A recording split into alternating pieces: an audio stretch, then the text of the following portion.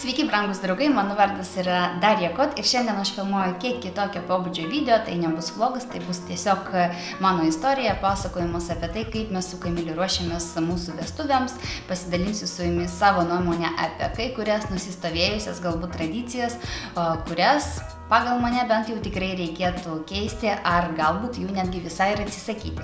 Pasidalinsiu su jumis tam tikrais patarimais ir labai tikiuosi, kad atsakysiu į kai kurios iškilusius jūsų klausimus apie pasiruošimą šiai nuostabiai gyvenimo šventei. Iš tikrųjų, šis video yra papildymas mano įrašui, kuris jau yra paskelbtas mano internetinėje svetainėje www.darija.lt. Ten yra labai konkreti informacija apie kainas, apie vietas, apie nuorodas ir panašiai. Tuo tarpu šis video yra toks pasakojimas, papildymas, kodėl mes pasirinkome vieną idėją, o ne kitą, kodėl pasirinkome vieną vietą, o ne kitą ir panašiai. Tai iš tikrųjų aš patarčiau iš pradžių pasižiūrėti šį video, apskritai suprasti, kodėl mes pasirinkome būtent tokias vestuves ir kodėl būtent taip jas suplanavome, o jau tada eiti į įrašą ir paskaityti, kiek visas šis malonumas mums kainavo. Tai pradėkime nuo pat pradžių.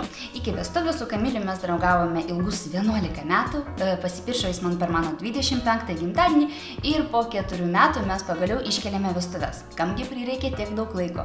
Iš tikrųjų viskas yra labai logiška, kai mes pradėjome draugauti, abu mokėmės mokykloje, vėliau be abejo prasidėjo studijos universitete, vėliau mes su juo apsigyvenome kartu ir be abejo atsirado toks reiškinys kaip buitis, kuris tikrai gali įnešti tam tikrų pakeitimų į poros santykius ir aš manau, kad kiekviena pora turėtų išgyventi šį momentą dar iki vestuvių. Ir dar viena priežastis, dėl kurios mūsų nuomonės labai sutapo, kad vestuves mes iškelsime su juo tik tada, kada galėsime finansiškai savo tai leisti. Jokių būdų nei Kamilis, nei aš nenorėjome, kad mūsų vestuvių pilnai ar bent jau iš dalies apmokėtų mūsų tėvai. Mes manome, kad tai yra iš esmės neteisinga, nelogiška. Savarankiškas poros gyvenimas turi jau ir prasidėti nuo to, kad šventė yra apmokama ne iš tėvų piniginės, bet patys susitaupot, patys užsidirbat ir jau tada keliat vestuves. Vestuvės yra tikrai be galo brangi šventė, todėl aš patarčiau jums pradėti ruoštis jai šiek tiek anksčiau. Mes pradėjome ruoštis prieš 1,5 metų iki vestuvių ir galiausiai suma buvo tikrai didelė, bet kai tu supranti, kad vieną mėnesį tu sumoki už vieną, ten kažkur palieki avansą, ten palieki avansą, nes mes su visais, su fotografais, su restoranais, netgi su suknelių salonu, aš susitariau dėl to, kad jie man leistų visi mokėti dalimis, tai mes taip ir darėme. Kažkaip vieną mėnesį sumoki už vieną, kitą mėnesį sumoki už kitą ir tai yra tikrai ne taip skausminga, kai pavyzdžiui tu supranti, kad vieną dieną tu turi dabar išsitraukti 10 000 ir susimokėti. Taigi pereikime prie apskritai idėjos. Kamilio idealios vestuvės turėtų vykti ant vandenyno kranto, mano idealios vestuvės turėjo būti tiesiog su mano draugais ir su mano šeima, nes taip gavosi, kad mano tėvai gyvena užsienyje, mes matomės labai retai, apskritai su giminėm kažkaip pradėjome matytis mažiau ir paskutiniais metais daugiausiai susitikdavome per laidotuvės, dėl ko yra žiauriai liūdna ir aš labai norėjau iškelti tokią šventę, kurioje mes galėtume visi pasidžiaugti, visi gražiai pasipuošę susitikti ir pagaliau atšvęsti, o ne liūdėti. Tai realiai išvežti visus draugus ir visą šeimą mes negalėtume sau leisti, bet to gražios tikrai vestuvės užsienyje ant vandenyno kranto tikrai irgi kainuos nemažai. Todėl mes vis tik nusprendėme pasilikti Lietuvoje ir iš tikrųjų apsisprendus dėl idėjos, toliau pradėjome galvoti apie tai, kaipgi atrodys tas mūsų vestuvių planas. Čia mes pasilikome prie tos tradicinės idėjos, kad turi būti ceremonija ir kad turi būti vakarinė dalis. Ceremonija tai reiškia, kad arba tu eini į bažnyčią, arba tu eini į santuokų rūmus, arba santuokų rūmai dar gali atvažiuoti pas tave ten, kur tu juos užsakysi. Tai žodžiu, bažnyčios buvo atsisakyta iš karto, nes mes tiesiog esame netikinti žmonės, Kamilis yra net nekrikštytas. Kodėl mes atsisakėme ceremonijos santuokų rūmuose, tai dėl dviejų dalykų. Iš tikrųjų, pirmas dalykas, kad mes nepakenčiame to konvejerio, kuris ten vyksta, tu ateini, ten jau stovi belekiek porų, tavo ceremonija trunka 10 minučių, po kurių tu jau vos neišvaromas iš tos pagrindinės salės ir žodžiu, viskas vyksta taip, mums tas labai nepatinka.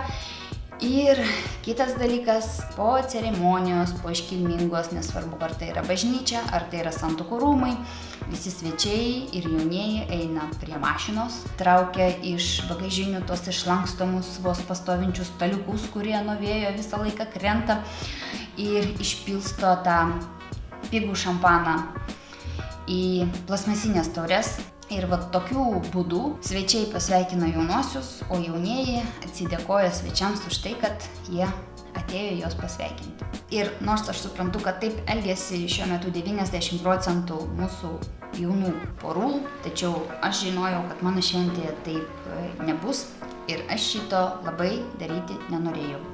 Ir nedariau. Aš Kamiliui pasakiau, jog mes turime padaryti tokią ceremoniją, jog atėjusieji mus pasveikinti žmonės pasijustų tikrai svečiais ir mes tiesiog norėjome, kad jais būtų pasirūpinta deramai. Todėl mes pasirinkome ceremoniją daryti kitoje vietoje.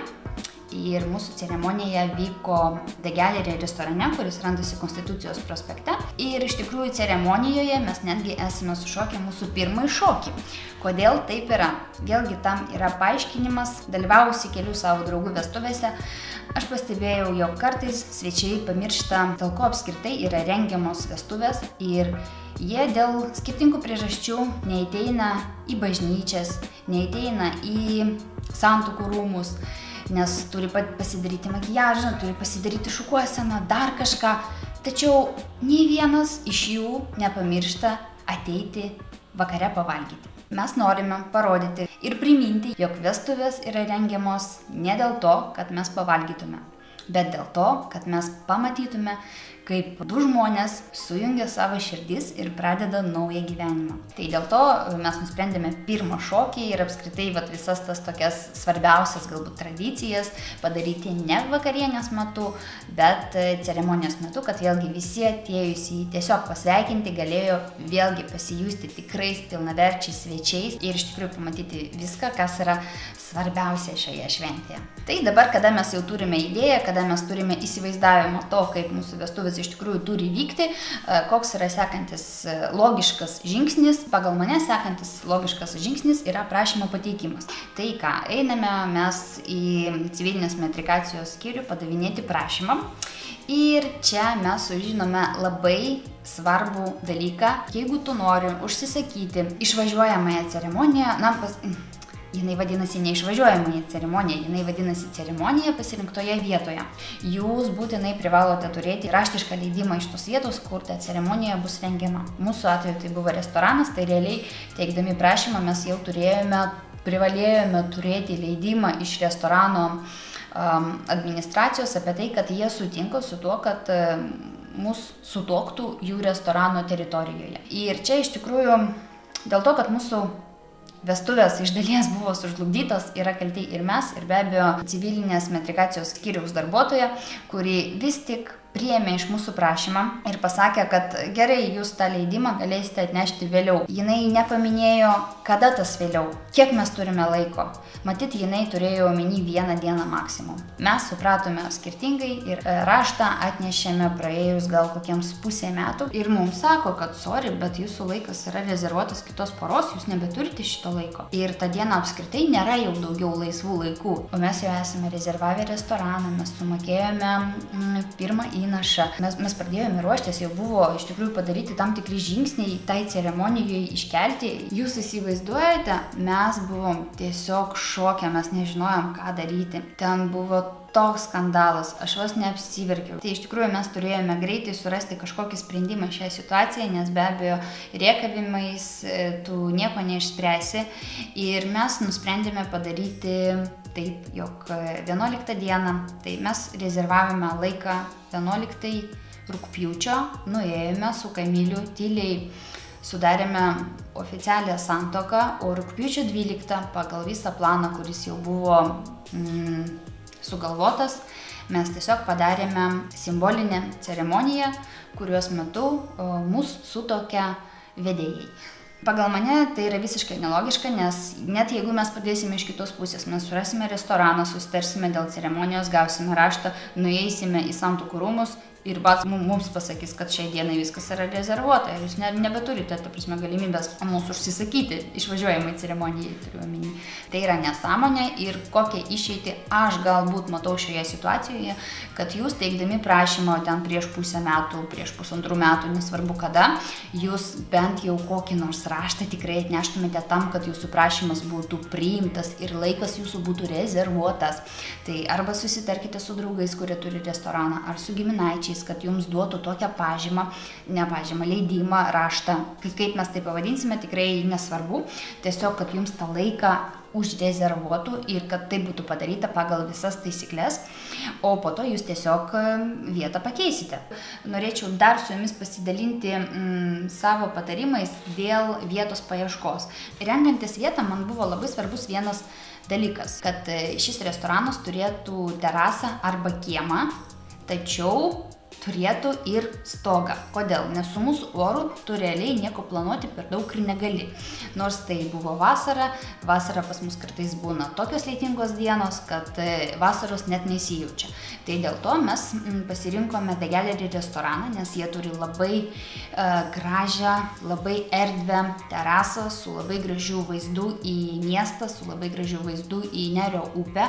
Tačiau tuo pačiu jie turi labai erdvę patalpą viduje, tai yra vidinis restoranas su panoraminiais langais, todėl esant blogam orui mes būtume pasislėpę po stogu, o mūsų atveju oras buvo netgi geresnis negu mes norėjome, tai ceremoniją vis tik padarėme lauke. Ir kas juokingiausia, jog mes labai bijojome lietaus, bet galiausiai tai buvo karščiausia diena metuose, 30+32 laipsniai. Tokia diena buvo viena vienintelė metuose ir būtent tą dieną, kada mes rengėme vestuves. Aš galvojau, kad aš toje suknelėje tiesiog mirsiu nuo karščio. Jeigu jūs matote, kad pas jūs yra tokia situacija, kad bus be galo karšta, tai pasirūpinkite arba vėduoklėmis, arba skėčiais. Vėliau mūsų šventė kraustėsi į centre esantį restoraną, kuris vadinasi Vanille Lounge. Iš tikrųjų, apie šį restoraną aš nelabai turiu ką pridurti. Aš esu labai daug ir plačiai aprašiusi visą situaciją savo įraše. Deja, ne viskas buvo taip gerai ir gražu, kaip norėtųsi.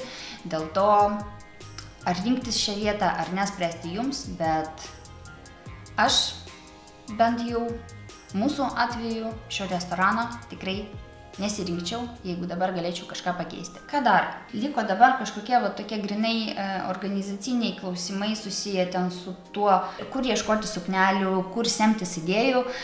Bent jau aš dariau tai iš Pinterest svetainės. Ten yra be galo daug idėjų, gražių pasiūlymų, kaip jums papuošti savo stalą, kaip galbūt papuošti savo ceremonijos vietą. Aš ten ieškojau net šukuosenos ir netgi to, kaip ten aš norėčiau, kad atrodytų mano nagai. Aš ten suradau viską, tikrai.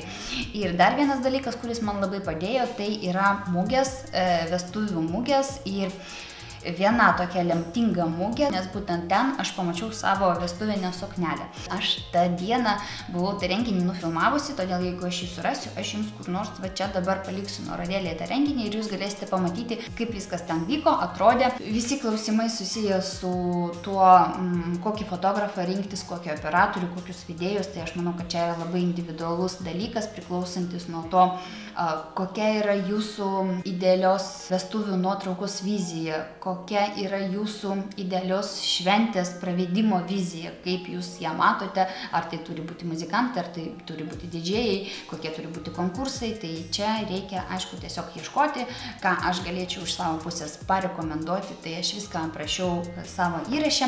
Vienintelis dalykas, kurį aš norėčiau jums patarti, tai yra padaryti fotosesiją kitą dieną, jeigu be abejo jūs turite tokią galimybę. Galėsite pasirinkti įdomesnę vietą, turėsite daugiau pasirinkimo laisvės, turėsite daugiau laiko ir jūsų vestuvių diena, jinai nebus tiek daug perkrauta ir jeigu dabar jūs pasakysite, nu tai fain, tu turėjai suknelę, tai jo, aš tai vat nuomosiu suknelę, tai pas mane nebus tokios galimybės. Tai žinokite, bus, tiesiog dėl šito reikia susitarti. Dar kitas niuansas - operatoriai, čia yra pasirinkimo reikalas, aš savo vestuvių tikrai neįsivaizduočiau be operatoriaus ir dabar aš laukiu, kada bus mano vestuvinis video ir įkelsiu jį irgi į savo puslapį, manau, ir parodysiu jums, tai čia nežinau ką pridurti. rašiau, apie ką aš čia dar rašiau, ar reikalingas vedėjas. Taip, vedėjas yra reikalingas. Jeigu turite laiko, pradėkite ruoštis anksčiau. Tai pasistengkite suplanuoti viską taip, kad paskutinę savaitę jūs visiškai neturėtumėte jau jokių klausimų.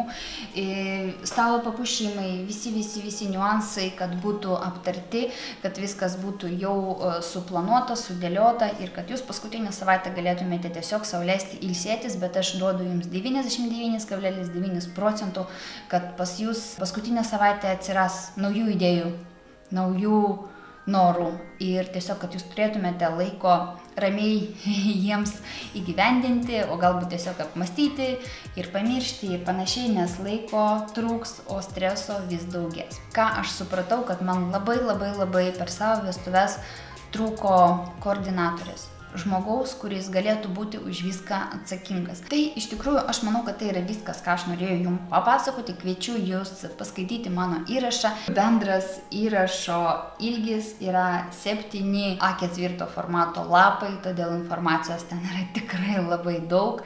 Ir kągi, aš linkiu jums, kad jūsų pasiruošimas praeitų sklandžiai, kad jūsų vestuvės praeitų sklandžiai. Nesinervuokite, viskas bus gerai, tai turėtų būti laimingiausia diena jūsų gyvenime. Aš linkiu, kad būtent taip tą dieną jūs ir jaustumėtės, džiaukitės kiekvienu momentu, nes vestuvių diena praeina taip greitai, jūs net neįsivaizduojate. Jinai tiesiog pralėkė, va taip va. Tai va, viskas, savo įrašą aš baigiu. Jeigu jūs turite kažkokių klausimų, jūs galite kreiptis į mane tiesiogiai, parašyti man arba po šio video, arba į Instagramą, arba į Facebooką. Aš visur pasistengsiu jums atsakyti jūsų laiškus, jūsų klausimus. Ir kągi, savo video aš baigiu. Ir kaip visada, mes su jumis pasimatysime jau labai greitai. Mūsų laukia eilinė kelionė, tai sekantis video bus vlogas iš kelionės.